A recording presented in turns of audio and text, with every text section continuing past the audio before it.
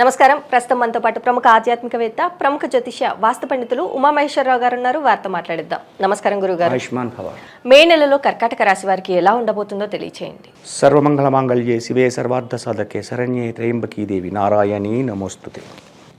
మే నెలలో కర్కాటక రాశి వారికి అంటే క్రోధినామ సంవత్సరం, ఇది ఉత్తరాయణము, వసంత ఋతువు, బాగానే ఉంది. తిదివార నక్షత్ర యోగకరణాలను అనుసరించుకుని అలాగే రాశి యొక్క చక్రం అంటే గోచార విధానాన్ని అనుసరించి చూస్తే కర్కాటక రాశి వారికి రాశి నుంచి 3వ స్థానంలో అంటే కన్యా రాశిలోని కేతు సంచారం జరుగుతుంది. ఈ కేతు సంచారం వల్ల కన్యా రాశి 3వ స్థానం అనగానే అన్నతమ్ములు, అక్క చెల్లెళ్ళు వస్తారు. ఈ కర్కాటక రాశి వారి యొక్క విధానాన్ని చూస్తుంటే కర్కాటక రాశి మీద రాహు గ్రహం చూస్తుంది. అంటే రాహు కర్కాటక రాశికి ఆధిపత్యాన్ని వహించింది ఎవరు? చంద్రుడు. చంద్రుడు ఎక్కడున్నాడు? మీనరాశిలో ఉన్నాడు. ఆ మీనరాశిలోనే రాహు ఉన్నాడు. రాహు మీనరాశిలో ఉండి చంద్రుడు పక్కన ఉండి చంద్రరాశి అయిన కర్కాటక రాశిని వీక్షణ చేస్తున్నాడు. అందువల్ల ఇక్కడ 3వ స్థానంలో కేతు ఉన్నాడు. ఇటువంటి విధానం ఎప్పుడైతే సంప్రాప్తం అయ్యిందో జాతకములోని అన్నదమ్ముల మధ్యన కలహములు వచ్చేస్తాయి. ఏంటయ్యా కలహాలు? ఆస్తులు పంపకాలు. నాకు ఎక్కువ ఇచ్చావంటే నువ్వు ఎక్కువ తీసుకున్నావు అంటే నువ్వు ఎక్కువ తీసుకున్నావు అని చేసి కొట్టుకుంటారు. అనేక రకములైన పరిస్థితులు వస్తుంటాయి. ఆస్తుల పంపకాల దగ్గర అంటే ఆస్తి ధనము అనేసరికి ఇక్కడ రక్త సంబంధాన్ని కూడా తెగిపోతూ ఉండే పరిస్థితులు వస్తాయి. అటువంటి స్థితిగతులు ఈ కర్కాటక రాశి వారు పొందుతున్నారు. జాగరూకత ఉండాలి ప్రతి విషయంలోని. అదే కాదు, ఆచితూచి మాట్లాడండి. వేసే ప్రతి అడుగు గురించి ఒకసారి ఆలోచించండి. ఆలోచించి అడుగు వేయండి. కలహముల జోలికి వెళ్ళకండి. యోగదాయకమైన స్థితిని పొందగలగాలి అంటే. అయితే ఈ రాశి వారికి ఈ యొక్క నెలలో అంత శుభదాయకమైన ఫలితాలు లేవు. చాలామంది జ్యోతిష్యులు చెబుతున్నారు 100 కోట్లు సంపాదించేస్తారు ఈ రాశివారు, అత్యధికమైన లాభదాయకమైన ఫలితాలు కలుగుతున్నాయి అనే మాటలు వస్తున్నాయి, వింటున్నాం. కానీ అది కాదు. ఎప్పుడైతే మీనరాశి యందు ఉన్న రాహువు చంద్రునితో కలిగి ఉండి అందులోని అష్టమి ఈరోజు కాబట్టి ఆలోచించుకోవాలి. దేనికి కూడా కంగారు పడకూడదు. అటువంటి ఫలితాలు రాకుండా ఉండే విధంగా తెచ్చుకోవాలి. ఇక వ్యాపార రంగము వారు చూద్దాం. వ్యాపారంలో వెళ్తారు, కూర్చుంటారు, వ్యాపారం చేస్తున్నారు. ఒక 10 లక్షలు వ్యాపారం చేయాలనుకుంటాడు. ఒక హోల్సేలు కిరాణా వ్యాపారం చూసుకుందాం ఫర్ ఎగ్జాంపుల్. ఓ 10 లక్షలు వ్యాపారం చేయాలి. ఆయనకు 10 లక్షలు అవుతుంది రోజుకి 10 లక్షలు అంటే పెద్ద విధానంగా హోల్సేల్ వ్యాపారం. ఆ 10 లక్షలు చేయాలనుకున్న కూడా 5 లక్షలు చేయగలుగుతారు. జరగదు, వ్యాపారం సంపూర్ణంగా జరగదు. అలాగే ఉద్యోగ రంగంలో ఉన్నవారు చీటికి మాటికి చిరాకు గురైపోతుంటారు. చిన్నదానికి చిరాకు పడిపోతుంటారు. తనకన్నా కింద ఉన్న వ్యక్తులు ఎవరైతే ఉంటారో వాళ్ళ మీద చిరాకుని చూపిస్తారు. పెద్దవాళ్ళ మీద చిరాకు పడితే ఎలా కుదురుతుంది? ఉద్యోగం పోతుంది. కాబట్టి తనకంటే తక్కువ స్థాయిలో ఉన్న వాళ్ళ మీద చిరాకు పడ్డం ఉంటుంది. వాళ్ళు తిట్టుకుంటారు, మళ్ళీ ఆయన ఏమనలేరు. కాబట్టి అటువంటి ఫలితాలు వస్తున్నాయి. కాబట్టి ఈ రాశి వారు ప్రతి విషయంలోనే జాగ్రత్త ఉండాలి. అలాగే ఈ రాశిలో ఉన్నవారు చదువుకునే విద్యార్థులకి బాగానే ఉంది, నష్టదాయకం ఏమీ లేదు, శుభదాయకమే ఉంది. కానీ ఏంటంటే ఇక్కడ మనం చెప్పుకోవాల్సింది ప్రేమ వ్యవహారం జోలికి ఈ నెలలో వెళ్ళకూడదు. ప్రేమ వివాహాలు చేసుకోవడానికి ఈ నెలలో ముహూర్తాలు లేవనుకోండి. ఈ యొక్క ప్రేమ అనేది ఏం చేస్తుందంటే పెద్దలకు తెలియకుండా ఏ గుడి దగ్గరికి వెళ్ళి ముహూర్తాలు గీతాలు ఏమి ఉండవు, చూసుకుని వచ్చేస్తున్నారు.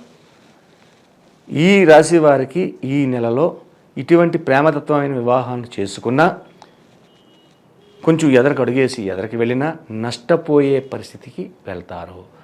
దీనిని బంధన యోగం అంటారు. ఇక్కడ 4 గ్రహములు ఒకచోటే ఉండిపోయినాయి. మీనరాశిలో. దీని బంధన యోగం అంటారు. ఈ బంధన యోగంలో ఉన్న పరిస్థితిలో, బంధన యోగం అంటే ఏంటి అసలు? చెరసాల అంటే కోర్టు వ్యవహారం, అంత దూరం వెళ్ళిపోతుంది. చెరసాల విధానానికి వెళ్ళిపోతుంది. కాబట్టి జాగరూకతని అవసరము. అయితే ఈ కర్కాటక రాశి వారు కంపల్సరిగా చేయవలసిన పరిహారం ఒకటి చెప్పుకుందాం.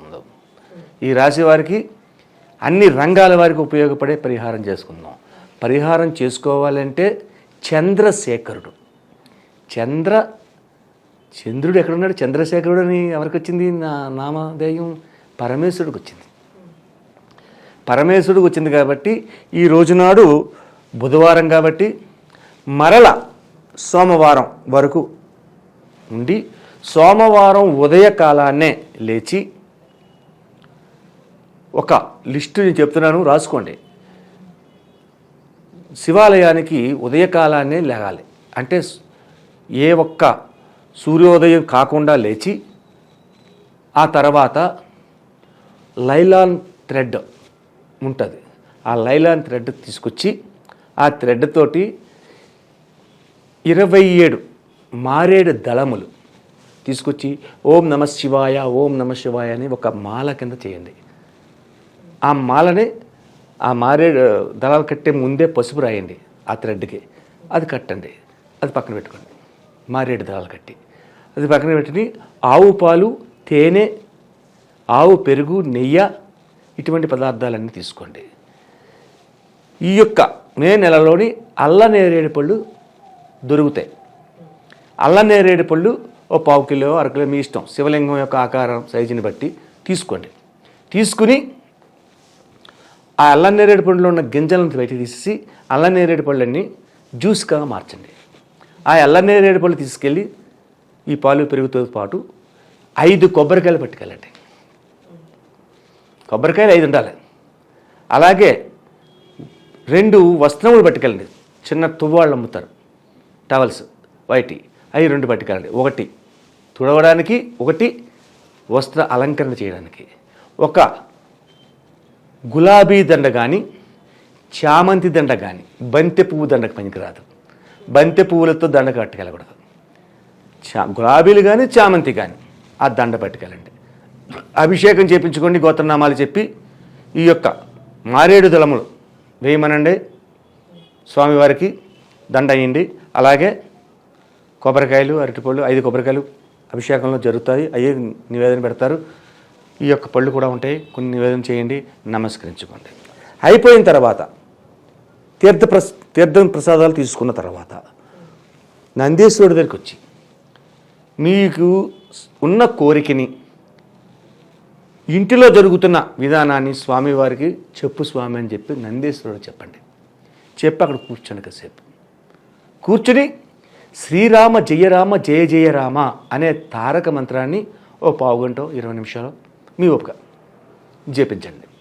ఆ తర్వాత ఇంటికి వచ్చి శాకాహార భోజనం. ఈ యొక్క సోమవారం నాడు చంద్రశేఖరుడికి మన అభిషేకం చేయించిన తర్వాత శాకాహార భోజనంలో మనం తినే తిండిలో కూడా కొద్దిగా శ్రద్ధ చూపించాలి. ఏం తినాలి, ఏది పడుతుంది మీరు ఏదైనా వండుకోండి, ఏం వండుకున్నా పర్వాలేదు. ఏదైనా ఆకుకూర అంటే గోంగూర తప్ప ఆకుకూర కలిగిన విధానంలో పప్పు వండండి. అది ఏ పప్పు వండాలి? శనగపప్పు వండాలి. శనగపప్పు వండాలి. ఆ శనగపప్పుతోనే ఈ ఆకుకూర కలిపి వండుకోవాలి. ఆ ఆకుకూర తినండి. తర్వాత వంకాయ, బెండకాయ, దొండకాయ మీ ఇష్టం, అన్నీ కలుపు తినచ్చు, తప్పేం లేదు. ఆకుకూర తినండి. సాయం సంధ్యా సమయం వరకు నిద్రపోకండి. సాయం సంధ్యా సమయంలో మళ్ళా శివాలయానికి వెళ్ళండి. శివాలయంలో శివ దర్శనం చేసుకోండి. అక్కడ కూర్చోండి 10 నిమిషాలు. కూర్చుని మరలా శివుని యొక్క అనుకుంటా రామనామ జపం చేయండి. శ్రీరామ జయ రామ జయ జయ రామ, అంతకంటే అది చేసుకోండి. ఇంటికి వచ్చేయండి, కింద పక్క వేసుకోండి, కింద పరునండి.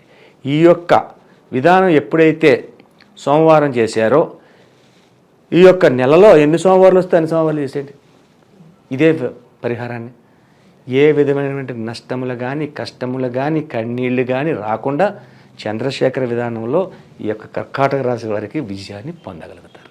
అలాగే గురువుగారు, కర్కాటక రాశి వారికి మే నెలలో ఎలా ఉండబోతుంది, అలాగే వీరు చేసుకోవాల్సిన పరిహారాలు ఏంటి అనేసి చాలా చక్కగా వివరించారు. ధన్యవాదములు. విష్ణు